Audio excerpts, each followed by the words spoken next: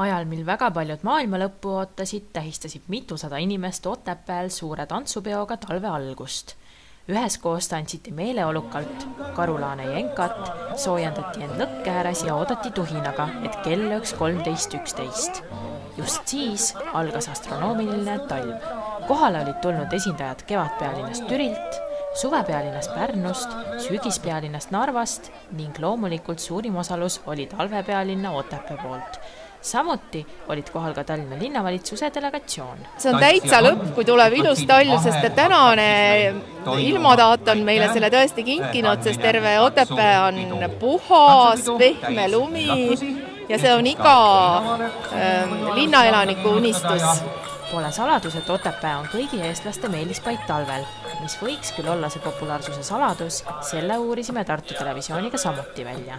Mina paneks sellele kohale nimeks muinasjutulinn Otepää, siin on tõesti praegu mõnusalt talvine, ei ole külm, paras suusailm, nii et me anname siin Otepääle väärikalt tiitli üle, et nad seda väärikalt nüüd kuni kevadini hoiaksid. Selle edu saladus ongi täpselt see, et Otepääl on puutumatu loodus ja see, millest me linnas iga päev ilma jääme.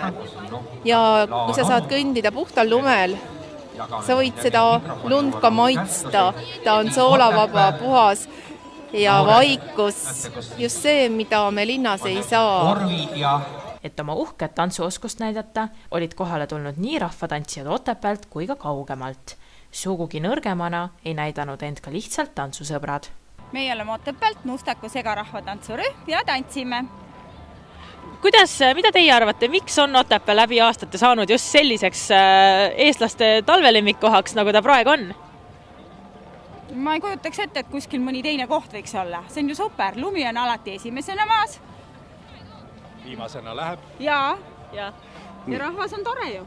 Ja seda ma võin kinnitada, mina olen külaline siit Tõrva poolt.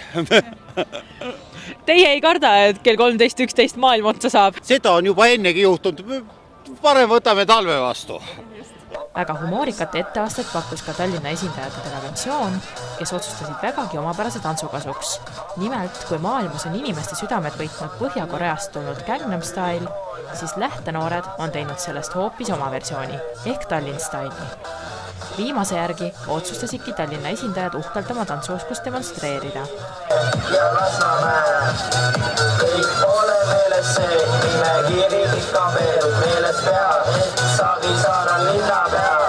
Talvepealinna tiitel jääb Otepääle kuni 20. märtsini, mil tuleb teatepulk jällegi kevadpealinnale Türile edasi anda. 3 minutit on jäänud veel talve saabumiseni aega.